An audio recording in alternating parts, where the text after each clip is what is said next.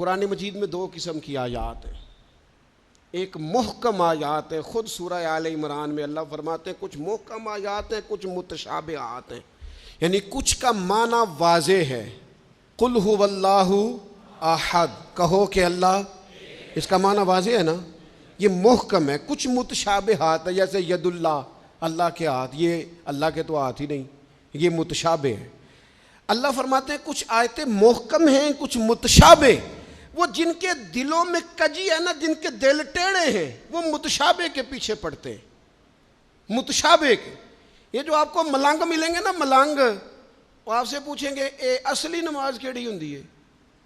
سبحان اللہ، انہوں نے آکھو وہی جڑی 5 ویلے پڑھی دی ہے، وہ پتہ نہیں ان اصلی کیڑی لئی پھردے نے۔ یہ متشابہ باتوں کے پیچھے۔ اچھا، نبی پاک علیہ السلام معراج پہ گئے، سرکار نے واپس آ کے فرمایا چغلی کرنے والے کو یہ سزا ملے گی، معاذ اللہ زنا کرنے والے کو یہ سزا ملے گی، جو خطیب لوگوں کو تقریر سنائے خود عمل نہ کرے اسے یہ سزا ملے گی۔ ان باتوں پر وہ توجہ نہیں کرتے کہ سرکار نے یہ بیان کیا۔ فرمایا میں دیکھ کے آیا ہوں سود کھانے والے کو یہ سزا ملے، اس پر توجہ نہیں۔ وہ پوچھتے کیا ہیں؟ کہتے ہیں یہ بتائیں براق جس پہ حضور بیٹھ کے گئے تھے اس کا رنگ کیسا تھا؟ میں آپ کو راز کی بات بتاؤں، معراج میں کیا کیا باتیں ہوئی تھیں؟ او بھائی تو رہنے دے، تیرے پاس جو محکم باتیں ہیں تو ان پہ عمل کر۔ شریعت میں کچھ چیزیں واضح، مثلا ایک مسئلہ ہے، مسئلہ تقدیر۔ تقدیر پر ایمان لانا ضروری ہے، پر اس کی تشریحات میں نہیں جانا چاہیے۔ یہ تقدیر کا یہ مسئلہ کیسے ہے، یہ مسئلہ کیسے ہے، اس میں جانے سے نبی پاک نے منع کیا، لیکن لوگوں کو عادت ہوتی ہے وہ باتیں چھیڑنے کی جن کو چھیڑنے سے شریعت نے روکا ہے، وہ چھیڑتے ہیں۔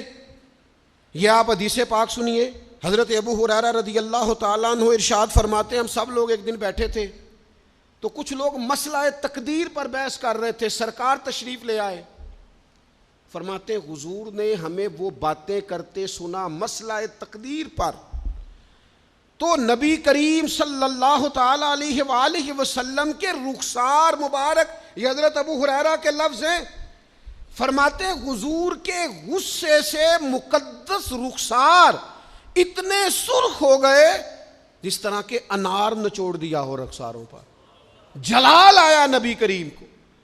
اور رسول اللہ صلی اللہ تعالی علیہ وآلہ وسلم نے ارشاد فرمایا تم سے پہلے لوگ اس لیے ہلاک کر دیے گئے کہ وہ ایسی باتوں پر بحث کرتے تھے جن پر بحث کرنے سے اللہ نے منع فرمایا ہے۔ اور حضور فرمانے لگے کیا میں اس لیے مبعوث ہوا تھا؟ کیا تمہیں اس لیے حکم دیا گیا تھا کہ تم بحث کرو گے مسئلہ تقدیر پر؟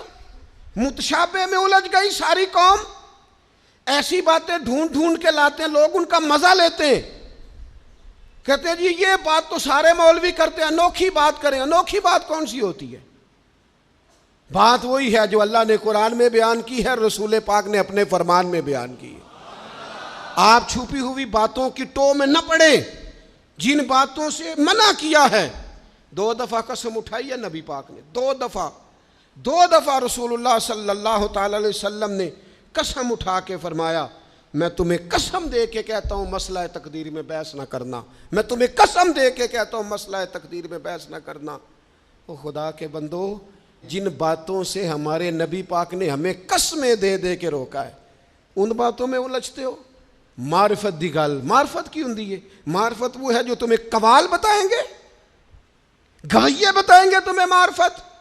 ہمارا قوال جی رات کو جی وہ توحید بیان کرتا ہے، وہ کفر بکتا ہے ظالم، اور تم کفر سنتے ہو۔ توحید وہ ہے جو میرے اللہ نے قرآن میں بیان فرمائی ہے، قل هو اللہ احد اللہ الصمد لم یلد ولم یولد ولم یکن لہ کفوا احد۔ اللہ نے بیان کر دی ہے، کسی قوال سے سننے کی ضرورت نہیں ہے۔ اس لیے تصوف اور طریقت کی اصل کو سمجھے آپ۔ ہم ملنگوں سے باتیں سنیں گے تو میرے عزیز کبھی بھی ان چکروں میں نہ پڑے، متشابہات میں آپ الجھ گئے۔